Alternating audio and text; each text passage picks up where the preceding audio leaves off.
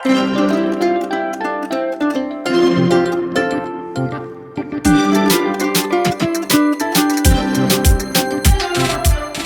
Everyone, welcome back to my channel. आज आम बनाया जाऊँ प्लम रे तैयारी खटार रेसिपी, जोटा कि बहुत ही टेस्टी भाव में आम रेडी होता टमाटो खटा ठारू आहरी टेस्टी। तो सब खटा जी बनई ताठू बहुत ही टेस्टी। तो तेज आसतु बनइबा। तो फास्ट प्लम नहीं जा। तो मुझे 3टा प्लम नहीं। तो या आलू बुखारा भी कहते। तो आपण एरिया यहाँ कौन कहते मत निश्चिंत कमेंट बॉक्स में जनइबे। और देहपाई बहुत ही भल। तो यहाँ को फास्ट धोई सारिकी आम भल भाव में भाव में छोट छोट पीस करके काटी नबा। तो काटी सारा एबे तार मंजी को बाहर कर देथिबा। तार गोटे एमती मंजी थाए ताको आम बाहर कर देकी ताको एभली भाव में छोट छोट पीस रे काटी नबा। तापरे एबे गोटे कढ़ाई को गरम करके सेतरे घी ऐड करबा। तो घी ऐड कर सारा सेतरे किछि पान मोहरी दबा। पान मोहरीर बास्नाटा खटा को बहुत ही भल फ्लेवर आणिकी दब। तो से मुझे किछि सोरिष ऐड करवा। तो आप चाहिए सोरिष और पान मोहरी को एका सांगे ऐड करें। एबे से आम जो प्लम को काटिकी रखी ताकू ऐड कले। तो आप घी बदल में तेल नहीं पारे, किसी असुविधा ना।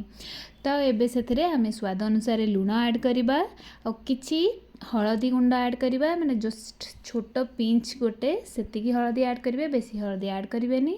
तो ये गैस फ्लेम को टिके स्लो करके ताको एबे भल भाव में टिके भाजी नबा। और भाजी सारा परे तार जेतिकी भी ग्रेवी दरकार, आमको खटार जेतिकी ग्रेवी दरकार ताठू टिके अधिक परिमाणर पानी से ऐड करवा। तो देखिपे आम पानी ऐड कर सारा टिके गोले नबा।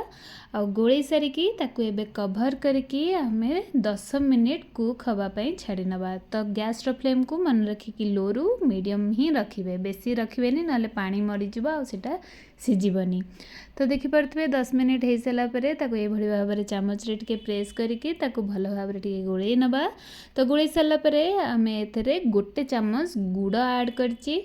तो आपन चाहिए चीनी मध्य ऐड करें। आ बेसी अमाउंट आप मीठा देवेनि, सेटा बहुत ही मीठा हो।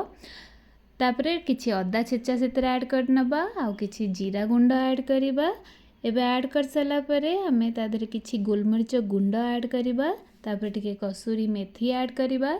कसूरी मेथी आप निश्चिंत ऐड करेंगे, यार बास्ना खटारे बहुत ही सुंदर लगे। और गैस फ्लेम सब लो ही रखिए, जमारू भी बेसी देवेनि ना झोलटा पूरा मरीज।